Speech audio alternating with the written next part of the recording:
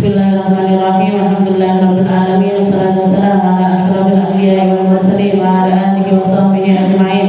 Subhanaka la ilma lana illa ma 'allamtana innaka antal alimul hakim. Rabbi shrah li sadri wa yassir li amri wahlul 'uqdatam min lisani yafqahu qawli. Amma ba'd. Alhamdulillah ala ni'matil Islam. Alhamdulillah ala ni'matil iman wa kafa biha min ni'mah. Alhamdulillah, segala puji bagi Allah Subhanahu wa taala yang mengumpulkan kita, mempertemukan kita, menjadikan di antara kita ada jalinan-jalinan yang nyambung sampai kepada jalinan kepada Nabi kita Nabi Muhammad sallallahu alaihi wasallam. Kita duduk baca Al-Qur'an bersama, kita duduk baca salawat bersama, kita duduk membaca doa-doa bersama-sama. Semuanya adalah wasilah-wasilah atau tali-tali hubungan yang tersambung, mulai dari kita sampai kepada guru kita, dari guru kita sampai ke gurunya, dari gurunya sampai ke gurunya, terus sampai kepada Nabi kita Nabi Muhammad sallallahu alaihi wasallam.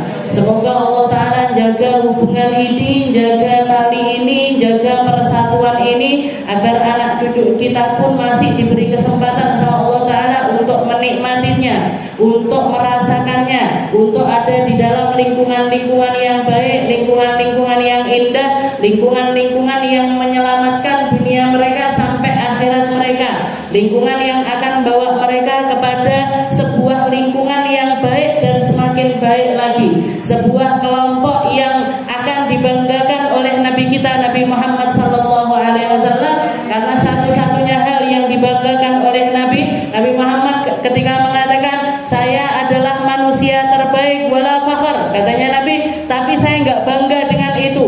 Saya diciptakan sama Allah Ta'ala dari tanah yang terbaik, tapi itu juga tidak membuat saya bangga. Saya diciptakan, dilahirkan atau diturunkan di negeri yang terbaik dengan bahasa yang terbaik, tapi itu pun juga tidak membuat Nabi bangga. Tapi ketika Rasulullah membahas tentang pernikahan, setelah itu Nabi Muhammad mengatakan fa inni mubahin bikumul umam yaumal qiyamah. Yang membuat saya bangga adalah ketika umatku adalah umat yang banyak, dan umatku adalah umat yang patut untuk dibanggakan karena sujudnya, karena rukuknya, karena keilmuannya, karena akhlaknya, karena kedermawanannya, karena kebaikannya. Inilah yang membuat Nabi Muhammad bangga. Oke, kalau orang kaya, istilahnya orang dikasih kekayaan sama Allah Ta'ala, semua orang bisa kaya. Orang kalau dikasih kenikmatan jabatan, semua orang dikasih porsi yang sama untuk mendapatkannya. Harta duniawi, kecantikan, pangkat dan lain sebagainya,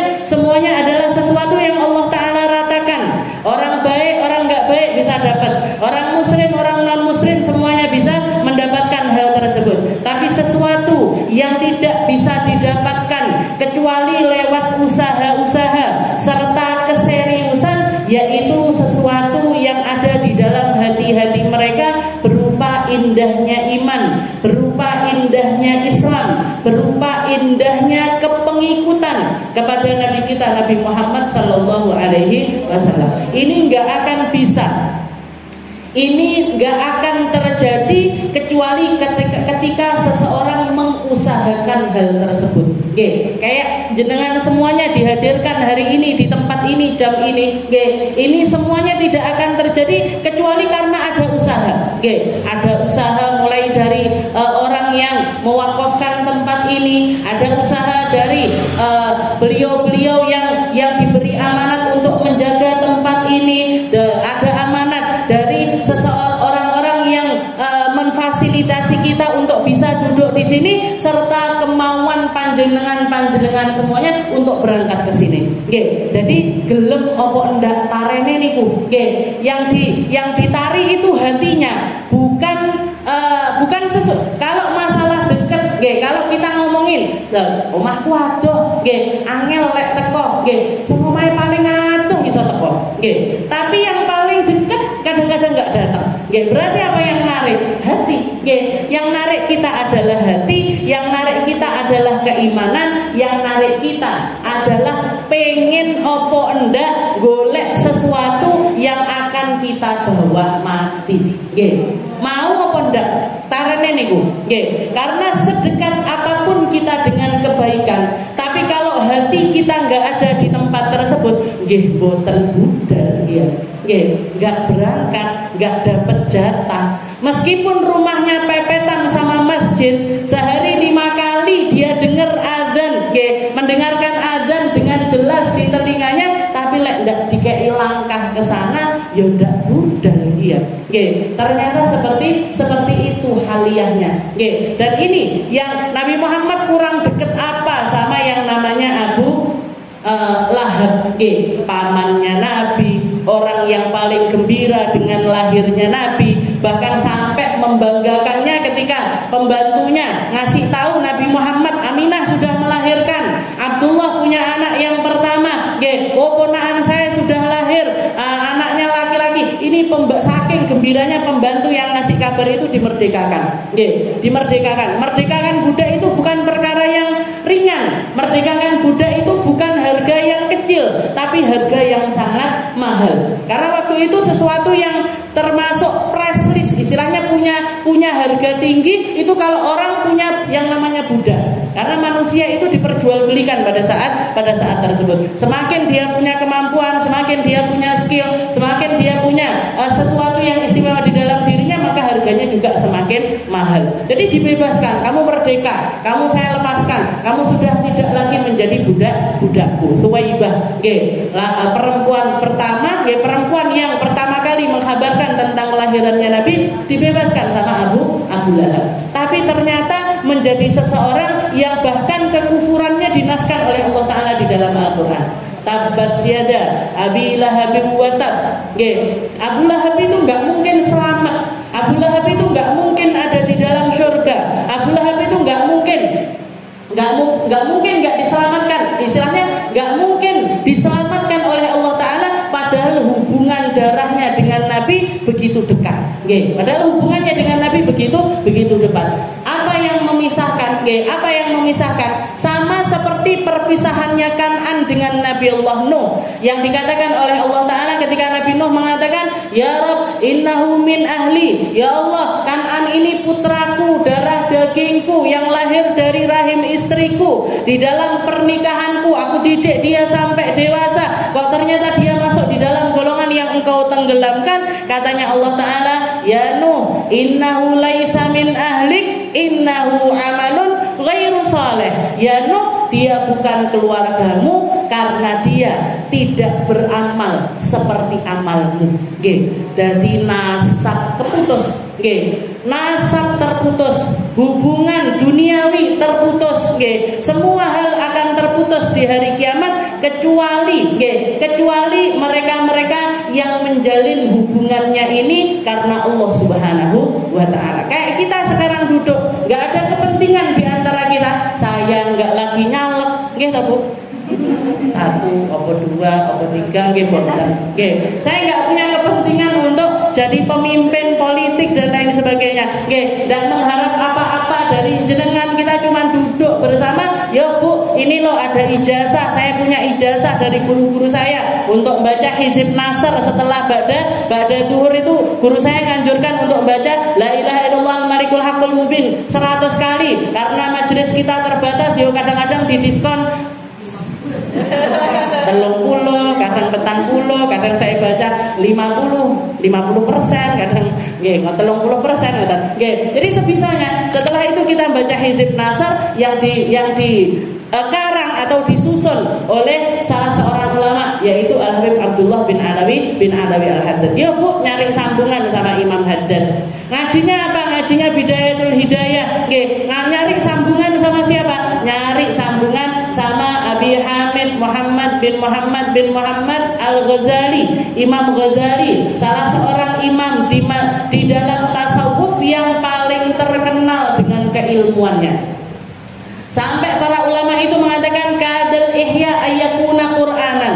Kitab Ihya Ulumuddin karangannya Imam Ghazali itu hampir isinya ini saking dalamnya, saking indahnya, saking luasnya, hampir menjadi Al-Qur'an.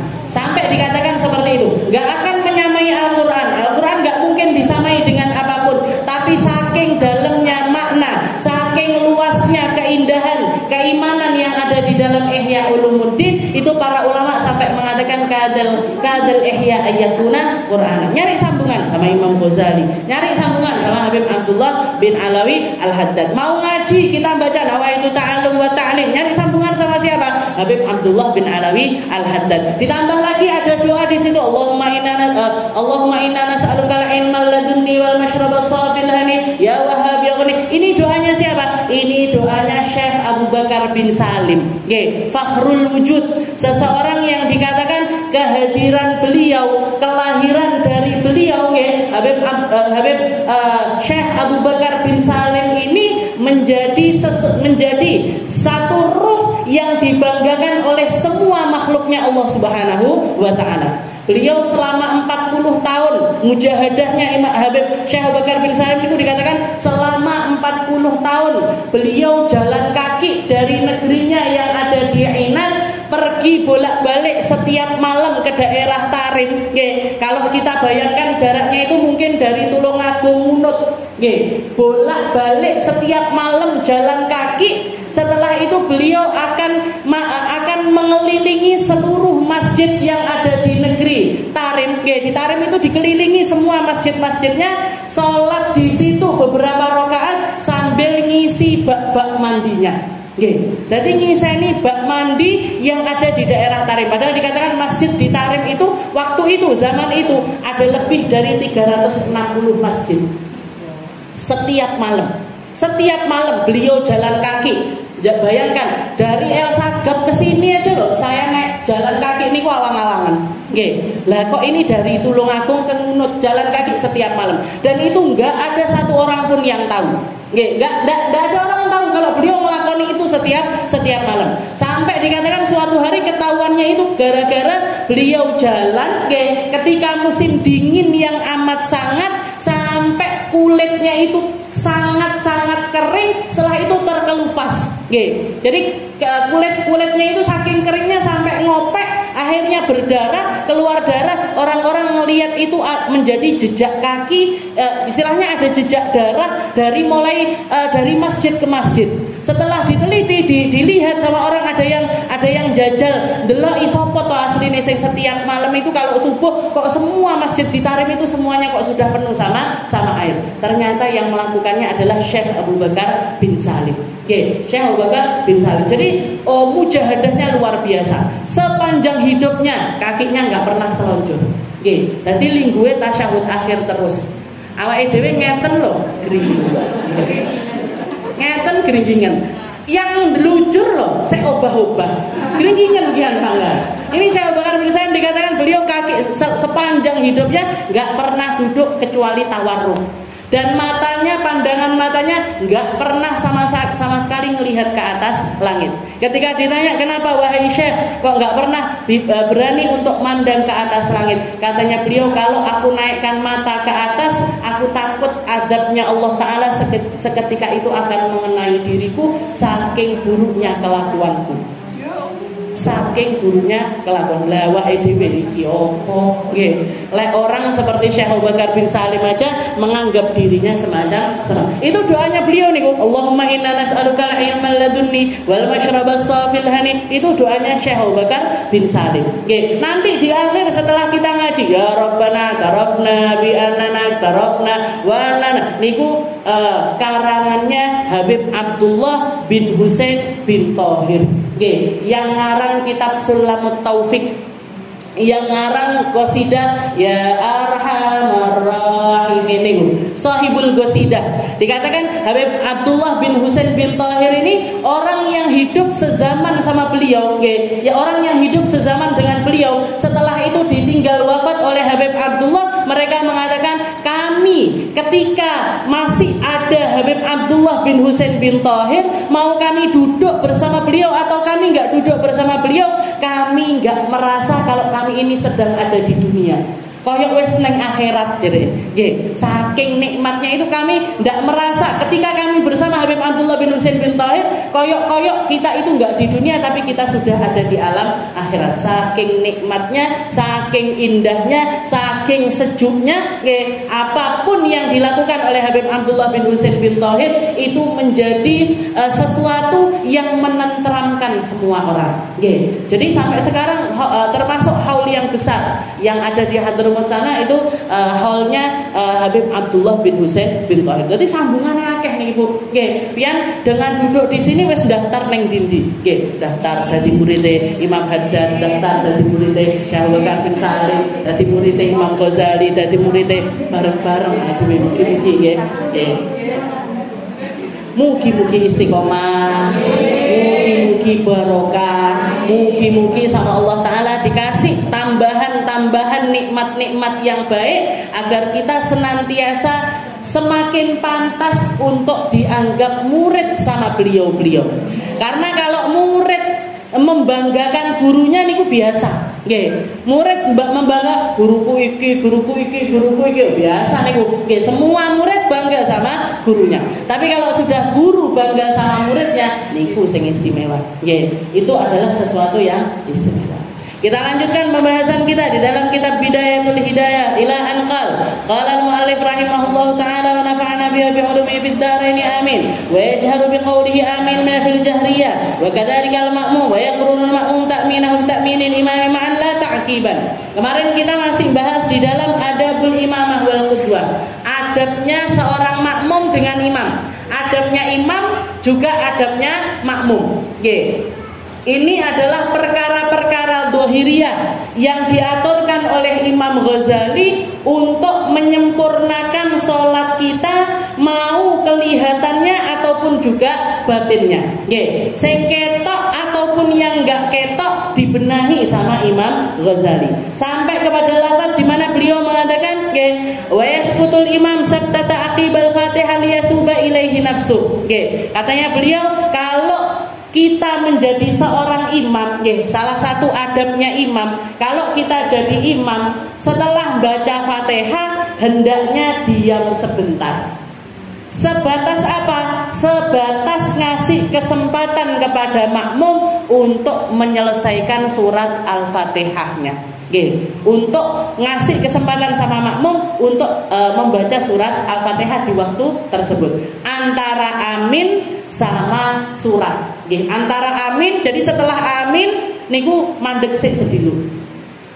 Setelah jeda sebentar, baru setelah itu baca surat. Setelah itu membaca surat. Wa yaqra'ul ma'mum al-Fatihah fil jahriyah fi hadhihi saktah liyatamakkan minal istima' inda qira'atil imam. Dan ketika makmum yang dilakukan makmum apa?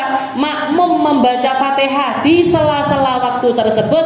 Kalau sholat yang dilakukan adalah sholat jahriyah, sholat yang jahr, berarti subuh, maghrib, isya.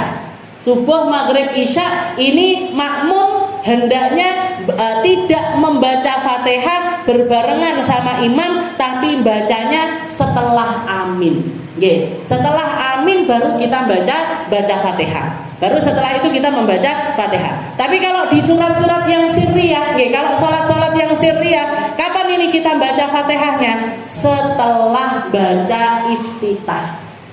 Jadi selesai jenengan menyelesaikan baca doa iftitah, baru setelah itu lanjutkan dengan membaca Al-Fatihah langsung. Tidak perlu nunggoni imam. Kenapa kok tidak perlu nunggoni imam? Wong tidak perlu apa sing dinteni. Nah, kan tidak kedengeran karena imamnya sir, imamnya memelankan suaranya. Maka makmum ketika itu nggak perlu nungguin Fatihahnya imam, tapi langsung aja setelah iftitah langsung baca surat Al-Fatihah. Langsung membaca surat Al-Fatihah. Liyatamakan minal istima' inda qiraatil imam. Agar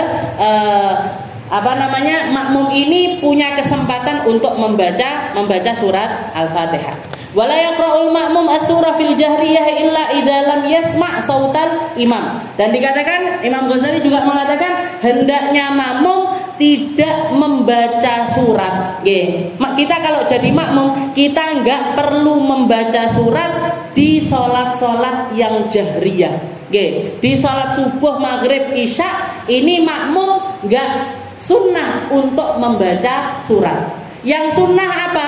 Sunnahnya mendengarkan suratnya imam.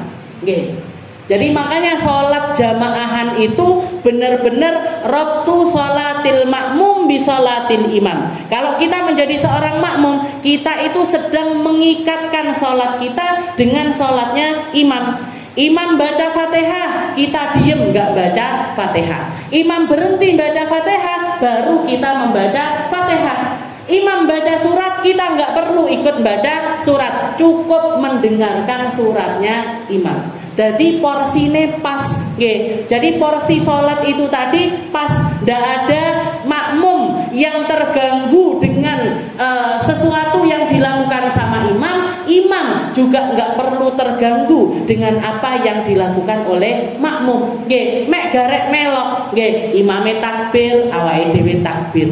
Imamnya baca iftitah, kita juga ikut baca iftitah. Imamnya baca Fatihah, kita diem, tidak usah baca Fatihah, mendengarkan Fatihahnya imam. Imamnya diem, baru kita yang baca Fatihah. Imamnya baca surat, kita diem mendengarkan mendengarkan suratnya imam.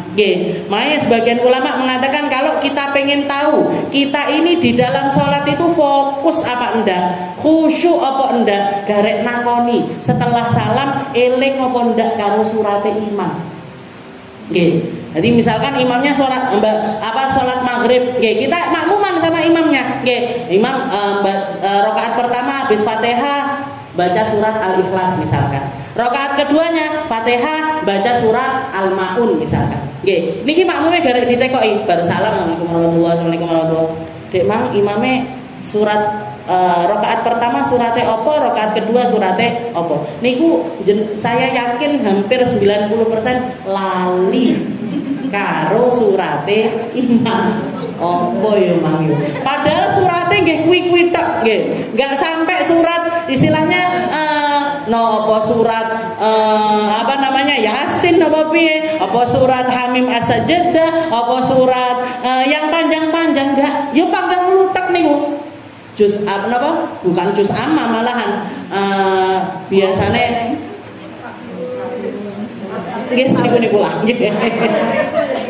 Atin ke bawah nggih, atin ke bawah nggih. Paling dawa-dawane mentok niku paling panjang biasane paling al-alaq nggih, Iqra bismi rabbikal ladzi khalaq. Wes niku nggih, niku pun juarang diwaca nggih. Jadi padahal suratnya itu, tapi begitu salam sudah lupa nggih. Ini imam memang apa yo? Rakaat pertama apa, rakaat kedua apa nggih. Jadi kalau kita pengen istilahnya ngoreksi sholat kita, aku ki asline sholatnya khusyuk apa enggak, ngerti apa enggak, hadir apa enggak. Padahal Allah Subhanahu wa taala mengatakan di dalam Al-Qur'an wa aqimis shalah li dzikri. Kamu itu sholat sama Allah taala, wa aqimis shalah, laksanakan sholat, dirikan sholat, berdirilah di dalam sholat, bangunlah di dalam sholat. Begitu kan sama Allah taala, berdiri kamu, bangun kamu, yang sadar kamu. Karena fungsi dari sholat itu li dzikri, untuk mengingat Allah. Lah wae dhewe salat sing dieling-eling malah dudu Gusti Allah. Sing dielingne engko bengi mangan apa? Sing dielingne sesuk kondangan gawe klambi apa? Sing dieling-eling niku bar iki resik-resik kene, bar iki ngene, bar iki ngono. Padahal Allah Ta'ala wa aqimis shalah li dzikri.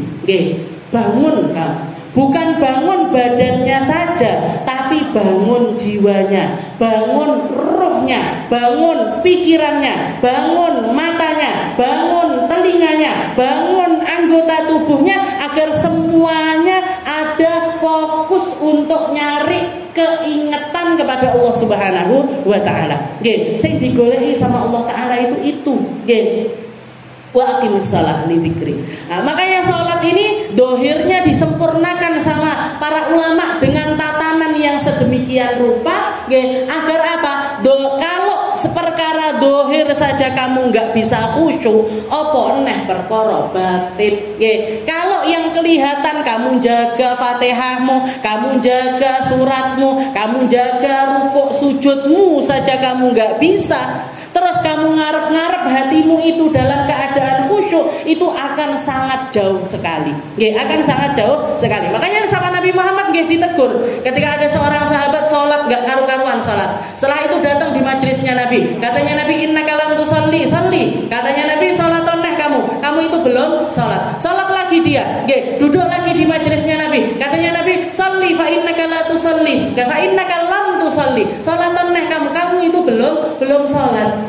Jadi sholat bolak-balik itu sama Nabi disuruh baleni. Katanya sahabat tersebut, wa kaifa ya Rasul?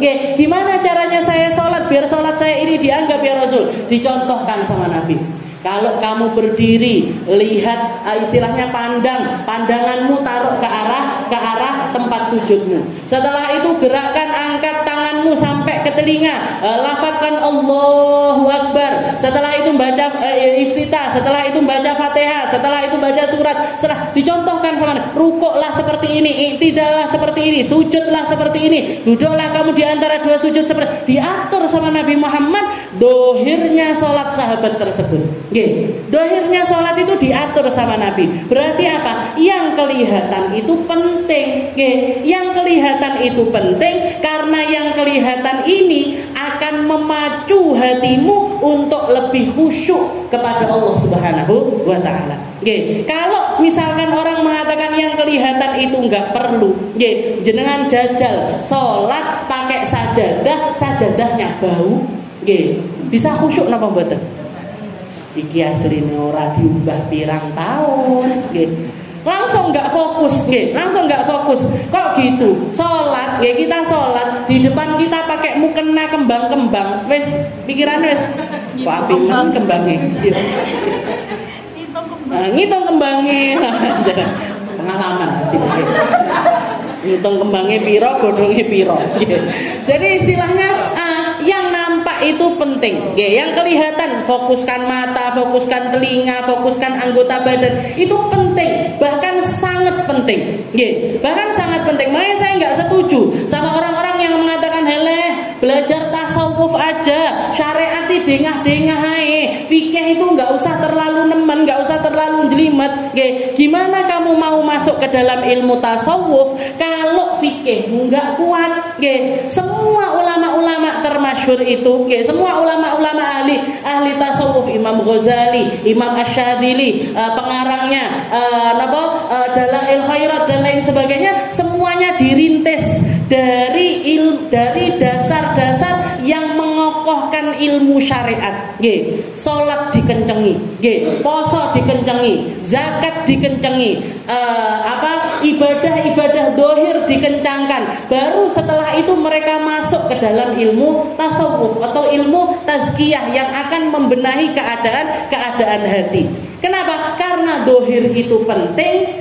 Sebelum kita mampu untuk menghandle sesuatu yang nggak kelihatan, kita harus bisa dulu menghandle sesuatu yang kelihatan. Seperti yang dikatakan oleh Nabi Muhammad, man lam yashkurin nas lam yashkurillah. Orang yang nggak bisa terima kasih sama manusia pasti nggak bisa terima kasih sama Allah. Orang yang nggak bisa terima kasih sama manusia, dia pasti nggak bisa terima kasih kepada Allah. Kenapa? Yang kelihatan aja dia nggak bisa terima kasih, apalagi sama yang nggak kelihatan. Yang kelihatan sama yang sesama manusia, dia nggak bisa baik. Gimana mau baik sama yang nggak kelihatan? Kalau dia nggak bisa jaga sesuatu yang nampak di dalam keluarganya, di dalam lingkungannya, di dalam pertemanannya, gimana dia mau menghandle hubungan dengan mereka-mereka, dengan Allah Ta'ala yang nggak pernah kita lihat.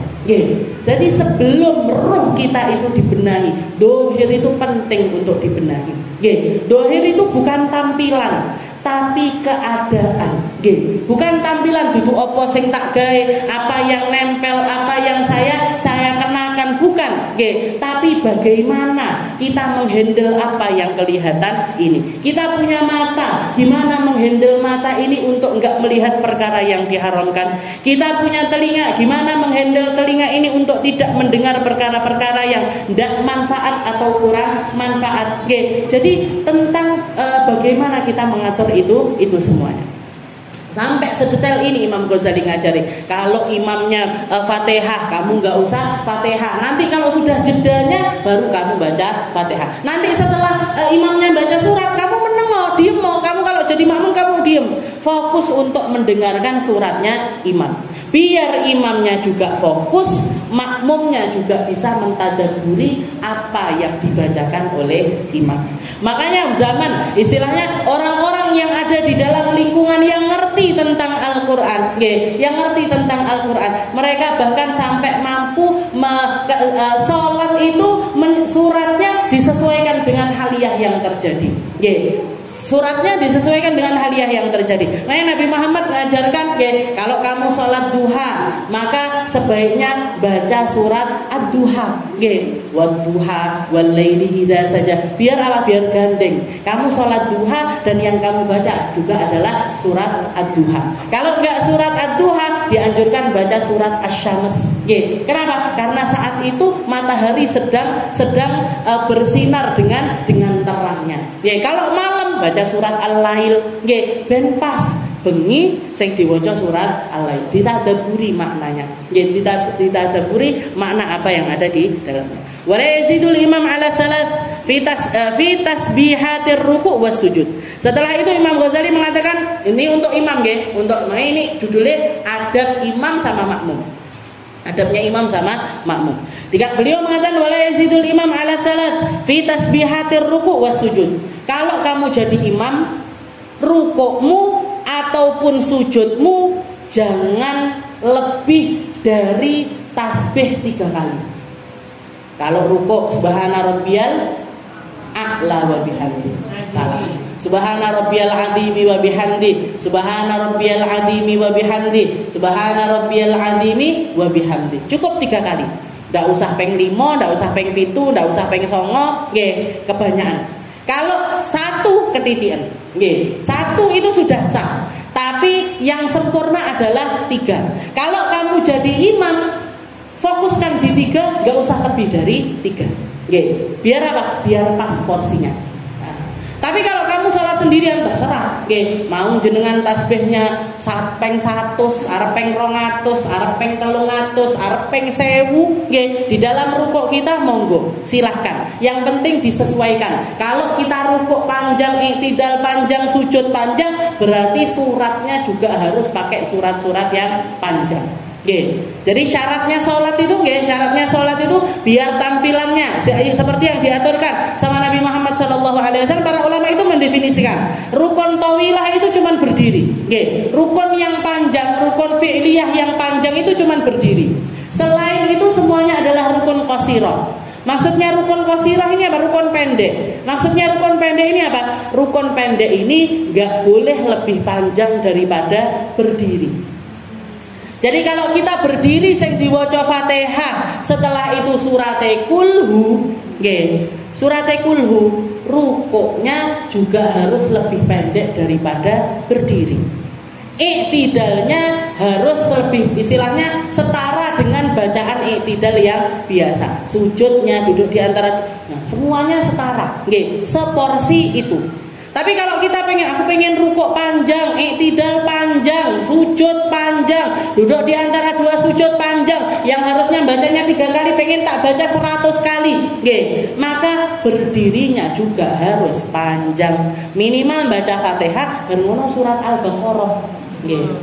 Jadi Fatihah wal Al-Baqarah itu rukuknya mau baca 1000 kali silahkan. Yang penting lebih pendek daripada berdiri. Jadi diaturkan sama Nabi Muhammad itu dengan aturan yang semacam itu. Jadi karena la yazidul imam ala thalatha. Jadi kalau kamu jadi imam, tasbihnya 3 kali aja. Rukuk, sujud 3 kali. Wa la yazidu fit tasyahhudil awal ba'da qouli Allahumma shalli ala Muhammad wa ala ali Muhammad. Ketika tasyahud pun, ketika kamu tasyahud awal pun gak perlu ditambahi apa-apa, cukup selesaikan di lafaz Allahumma shalli ala sayyidina Muhammad wa ala ali sayyidina Muhammad. Biasanya kan kalau tasyahud akhir kan ada tambahannya. Kama sallaita ala sayyidina Ibrahim wa ala ali sayyidina Ibrahim.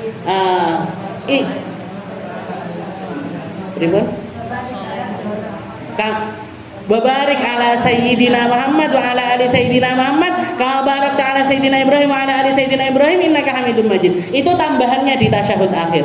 Tapi kalau di tasyahud awal cukup selesaikan sampai Allahumma shalli ala sayyidina Muhammad wa ala ali sayyidina Muhammad, selesai. Habis itu berdiri. Itu yang diajarkan sama Imam Ghazali. Lek kadung ketambahan piye keterucut, ya ini berarti enggak fokus dia. Nggih, lek sampai keterucut sampai ada tambahannya. Loh, tasyahud awal kok sampai innaka Hamidum Majid, nggih. Berarti enggak khusyuk ini. Nggih. Jadi itu berarti sudah tidak khusyuk. Nah, maka gimana ini salatnya gimana? Tetap sah. Nggih, tetap sah. Tapi porsi yang pas itu kalau kita jadi imam, nggih, cukup tasyahud awal selesaikan sampai wa ala ali sayyidina Muhammad. Nggih, wa ala ali sayyidina Muhammad. Ibrahimiyahnya cukup ditaruh ketika tasyahud akhir. Wa yaqtasir fi rak'atainil akhirataini 'ala al-Fatihah. Setelah itu pendekkan juga di 2 rakaat terakhir. Nggih, 2 rakaat terakhir setelah Fatihah fala yutawwil 'alal qaum. Enggak usah dipanjang-panjangkan. Kalau kita punya doa-doa pribadi, nggih, biasanya ketika ada orang-orang yang punya doa-doa tertentu di waktu-waktu tertentu. Ketika sujud biasanya enek sing imam yang sukanya manjangkan sujudnya. Sujud yang terakhir itu dipanjangkan. Tasyahud akhirnya dipanjangkan. Kadang di dalam rukuk ditambahi doa ini, tidak ditambahi doa ini dan lain sebagainya. Kalau jadi imam sebaiknya tidak dilakukan. Nggih. Jadi ben nopo, ben seragam. Nggih, biar seragam salatnya orang Islam sedunia ini biar sama. Ini loh aturannya. Kayak gini loh caranya. Nggih, kayak gini loh caranya. Setelah itu juga itu porsi yang dikasihkan sama Nabi itu porsi yang paling pas untuk semua orang. Katanya Nabi, kamu nggak tahu kalau kamu jadi imam pendekkan. Kenapa ya Rasul? Kamu nggak tahu yang jadi makmum ini siapa aja. Mungkin ada orang tua, mungkin ada orang sepuh, mungkin ada orang lagi sakit, mungkin ada orang yang keburu-buru sama kerjaannya, mungkin ada ibu yang punya bayi, yang anak wis rewel. Nggih. Kalau kamu panjangkan mesti ndak iso khusyuk. Nggih, pasti nggak bisa khusyuk delok jam terus. Nggih, bisa jane imam iki arep bar jam piro, nggih. Apalagi ditambah setelah sholat wiritane ya dawa, nggih. Tapi kalau masalah wiritan ini kan terserah. Nggih, orang mau ikut wiritan monggo, ndak ikut juga monggo. Tapi kalau sholat bisa napa mboten? Imame kok suwi men tak bubar ae. Ndak bisa. Haram hukumnya melepaskan sholat kita di tengah-tengah sholat. Nggih. Jadi membatalkan sholat tanpa sebab itu hukumnya haram. Nggih, haram hukumnya kita udah sholat jadi makmum dari seorang imam terus tidak cocok karo imamnya. Batalnya tidak bisa. Nggih, haram hukumnya, dosa. Kecuali kalau sholat sunnah. Nggih, kalau sholat sunnah masih ada khilaf di antara para ulama. Seperti yang dipisahkan, Nabi Muhammad menceritakan tentang ada salah seorang soleh, nggih, dari di zamannya Bani Israel itu ada seorang laki-laki namanya Jurej. Jurej ini orang ahli ibadah. Sampai dia itu bangun satu rumah saumaah, bukan rumah, tempat ibadah khusus dipakai sama dia untuk ibadah. Kerjaannya sehari-hari kayak sholat, poso, bangun malam, sholat, puasa terus seperti itu. Nggak berkeluarga, nggak serawung sama orang. Pokoknya hidupnya difokuskan untuk ibadah. Sampai suatu hari dikatakan Jurej ini lagi sholat, ibunya datang, di depan pintu manggil-manggil, ya Jurej, ya Jurej. Katanya Jurej, ya Rob, sholati am ummi. Piye ya Allah, sholat saya apa ibu saya? Mikir kayak gitu dia, tapi tetap menjalankan sholatnya. Hari kedua dipanggil lagi sama ibunya, ya Jurej, ya Jurej. Katanya Jurej, sholatku apa ibuku? Fa'um dia bisalah, dia tetap meneruskan sholatnya. Hari ketiga seperti itu lagi, ya Jurej, dia tetap melaksanakan sholat. Maka ibunya ngumpat di depan saumaah itu, istilahnya di depan rumah itu disumpahi anaknya, ya Jurej, kamu tidak akan mati sampai ketemu sama wajah-wajahnya perempuan yang tunasusila, pelacur. Kamu akan ketemu, kamu kan ahli ibadah, kamu akan ketemu sebelum mati, kamu akan ketemu sama wajahnya para pelacur. Dungane ibu, gitu, dungane ibu. Maka dikatakan beberapa hari kemudian ada seorang perempuan, istilahnya ada orang hasud lah. Orang hasud ini nyewa pelacur disuruh godain si Jurej ini tadi, suruh marani si Jurej. Dikatakan dirayu-rayu, jadi dia ngetuk pintu rumahnya Jurej, minta makan, minta minum, dikasih. Oke. Setelah itu ngajak untuk berzina, maka Jurejnya mengatakan tangannya ini dimasukkan ke dalam. Jadi kalau zaman dulu lampu templok nih, oke, ada apinya, jarinya itu dimasukkan ke situ. Oke. Aku sama api yang kecil gini aja nggak kuat. Apalagi kamu suruh untuk melakukan suatu perkara yang akan membuat aku dibakar di dalam api neraka. Lari perempuannya, tidak berhasil untuk berzina sama Jurej. Di tengah jalan ketemu sama petani, berzina dengan seorang petani sampai akhirnya hamil. Begitu lahiran ditanya sama orang-orang, iki anake sapa? Iki anake Jurej. Jadi difitnah Jurej, dikatakan ini anaknya Jurej. Maka langsung orang kampung itu nyerbu rumahnya Jurej, dihancurkan saumaahnya, dihancurkan tempat ibadahnya, dia disidang. Di persidangan itu Jurej mengatakan, ya Allah, tunjukkan kepadaku siapa yang benar. Tunjukkan, selamatkan aku dengan caramu. Maka dikatakan bayi yang lahir, bayinya pelacur ini tadi, yang masih usianya beberapa hari, tahu-tahu dia ketika ditanya sama Jurej, man abuk, siapa bapakmu? Katanya bayi tersebut, abahku adalah seorang petani. Jadi bayi ini tadi yang ngomong, bayinya yang ngomong, karomah dari Jurej. Jadi para ulama mengatakan dari kisah ini, kalau orang sholatnya adalah sholat sunnah, kalau orang sholatnya sholat sunnah, itu dia punya pilihan untuk meneruskan sholat atau istilahnya dibatalkan. Kalau ada sesuatu yang datang, kayak misalkan jenengan diceluk bojone, apa diceluk ibuke, apa diceluk bapake, apa ada tamu lagi sholat duha, loh enek wong ketok-ketok pintu di rumah nggak ada orang. Nah, dibatalkan dulu, bukakan pintu nggak apa-apa. Tapi kalau untuk sholat wajib qat'an nggak boleh sama sekali. Harus diselesaikan sholatnya baru masuk ke perkara yang lainnya. Seperti itu. Wala yazidu fi tasyahhudil awal ba'da qouli Allahumma shalli ala Muhammad wa ala ali sayyidina Muhammad. Wa yaktasir fi rak'atayn al-akhiratan ala al-Fatihah wa la yutawwil ala al-qaum. Jangan manjang-manjangin untuk kaum. Wala yazidu du'ahum fi tasyahhudil akhir ala qadari tasyahhudihi. Di tasyahud akhir pun juga enggak usah panjang-panjang. Sesuaikan porsinya sampai innaka hamidum majid. Kalau mau nambahi doa, tambahi doa-doa yang warid. Tambahi doa-doa yang memang dianjurkan sama para ulama. Seperti yang diajarkan sama Nabi ketika selesai tasyahud, disunahkan untuk membaca Allahumma inni a'udzubika min adzabil qabri wa min adzabin nar wa min fitnatil mahyi wal mamat wa min fitnatil masihid dajjal. Jadi dianjurkan kita untuk membaca doa minta perlindungan dari 4 keadaan ini. Allahumma inni a'udzubika min adzabil qabr. Ya Allah, selamatkan saya dari azab kubur. Wa min adzabil qabri wa min adzabin nar, dari azabnya api neraka. Wa min fitnatil mahyi wal mamat, dari fitnahnya yang hidup ataupun yang mati. Wa min fitnatil masihid dajjal, dan minta perlindungan dari fitnahnya dajjal. Doa ini doa yang warid, diajarkan sama Nabi. Di madhabnya Imam Syafi'i hukumnya sunnah, tapi di madhabnya Imam Maliki hukumnya adalah wajib.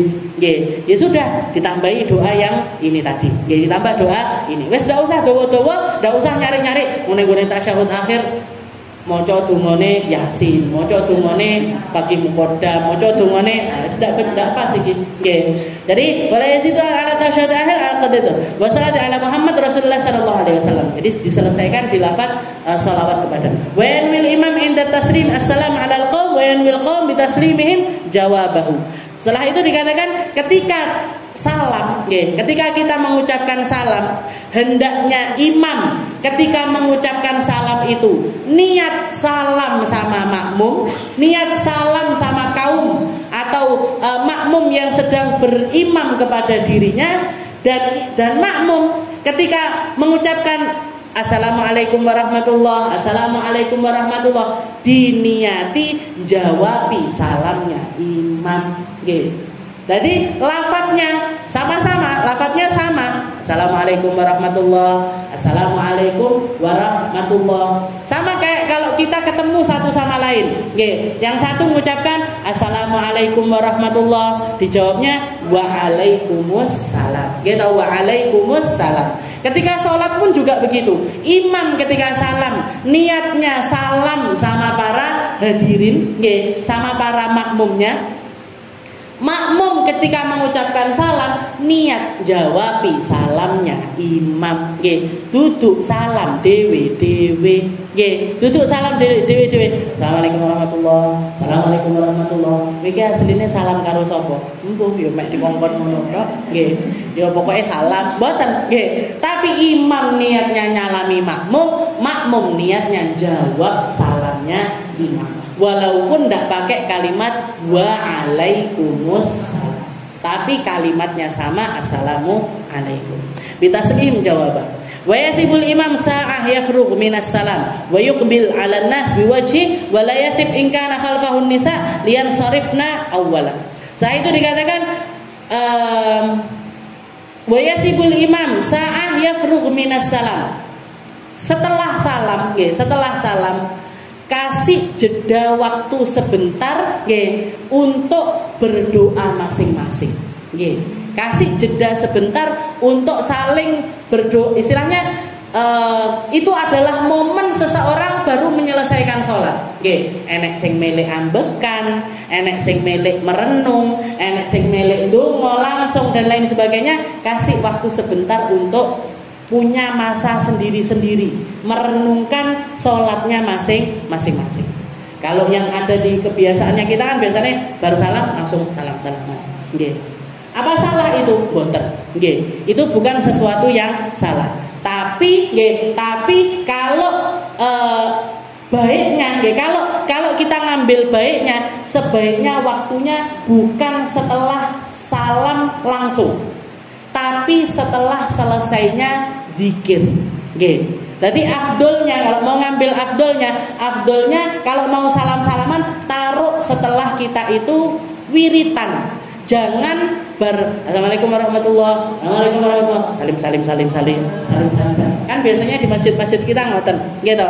Nah, jadi katanya beliau wa yatibul imam sa'ah yafrugh minas salam. Jadi kasih waktu sebentar kosong antara imam sendiri, makmum sendiri. Wa yaqbil 'alan nas biwajhi. Setelah itu kalau kita jadi imam, balik badan ngelihat ke arah makmum.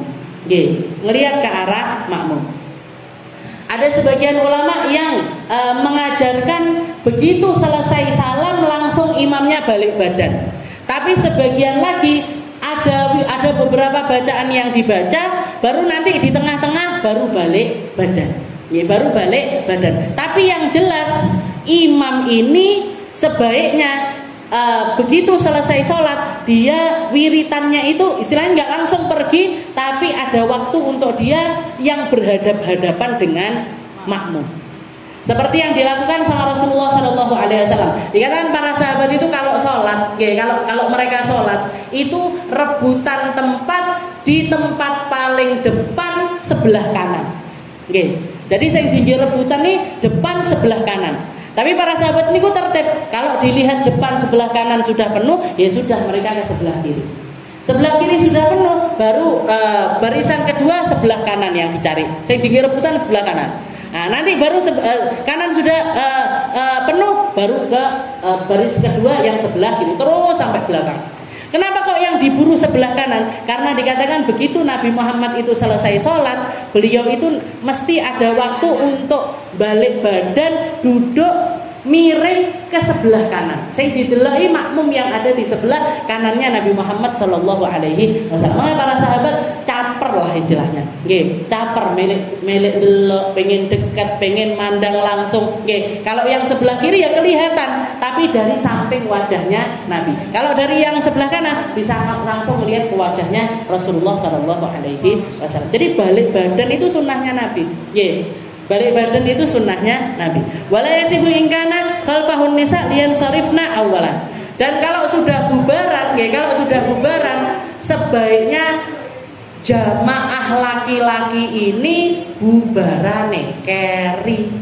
Kenapa kok keri? Biar jamaah perempuan dulu bubar, selesai habis jamaah perempuan baru jamaah laki-laki yang keluar. Biar apa? Benda druselan. Jadi bahkan yang kayak gini pun diajarkan sama Nabi.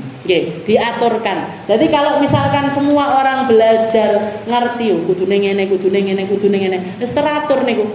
Masjid teratur, salat jamaahan teratur, orang akan eman, lek ndak melok wirid eman, kalau nggak sampai tuntas eman, kalau nggak sholat jamaahan eman. Kenapa? Karena sholat begitu indah, menjadi momen yang sangat indah, menjadi satu keadaan yang diaturkan sama Allah Ta'ala untuk jaga hubungan satu sama lain di antara manusia setempat tersebut. Manusia di tempat tersebut. Wala yaqumu ahadun minal qaum hatta yaqumul imam. Dan sebaiknya makmum nggak bubar kalau imamnya belum pergi. Yang ada sekarang, zaman sekarang itu imame keri dewe, makmume wis entek. Jadi makmumnya entek, imamnya masih ada di tempat tersebut. Padahal sebaiknya gimana? Makmum ini nggak bergerak dari tempatnya sampai imamnya pergi. Sampai imamnya pergi. Wa yansariful imam haitsu sya'an yaminihi aw shimalihi wal yamin ahabbu ilayya. Dikatakan dan imam terserah perginya itu mau lewat sebelah kanan atau lewat sebelah kiri, tapi Imam Ghazali mengatakan tapi saya lebih condong untuk keluar dari arah sebelah kanan. Wala yakhusul imam nafsahu bid-du'a fi qunutis subuh. Dan sebaiknya imam tidak mengkhususkan dirinya dengan doa kunut ketika waktu subuh. Wallahu a'lam bishawab. Insyaallah kita lanjutkan di pertemuan yang selanjutnya. Maksudnya tidak mengkhususkan di sini benda salah paham nggih. Imamnya tidak oleh kunut, boten.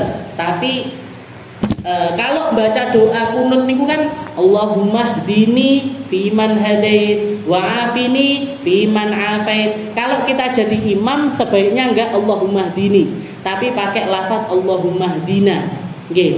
Pakai lafaznya Allahumma hdina fiman hadait wa afina fiman afait wa tawallana fiman tawallait wa barik lana fima tama qadait. Itu pakai na artinya napa? Artinya kami, bukan saya. Kalau Allahumma hdini itu kan ya Allah kasih saya hidayah di antara orang-orang yang Engkau kasih hidayah. Wa afini, sehatkan saya di antara orang-orang yang sehat. Jadi untuk dirinya sendiri. Nah, sama kayak kalau kita baca doa habis ngaji itu kan biasanya Allahumma arhamni bil Quran gitu. Kalau kita jadi imam sebaiknya Allahumma arhamna bil Quran, biar maknanya itu kami, bukan saya. Kalau ni itu saya, kalau na itu kita. Jadi dikatakan Imam Ghazali nganjurkan kalau baca kunut di waktu subuh pakai lafaz yang jamak, pakai lafaz untuk banyak orang, bukan untuk diri sendiri. Insyaallah kita lanjutkan di pertemuan yang selanjutnya.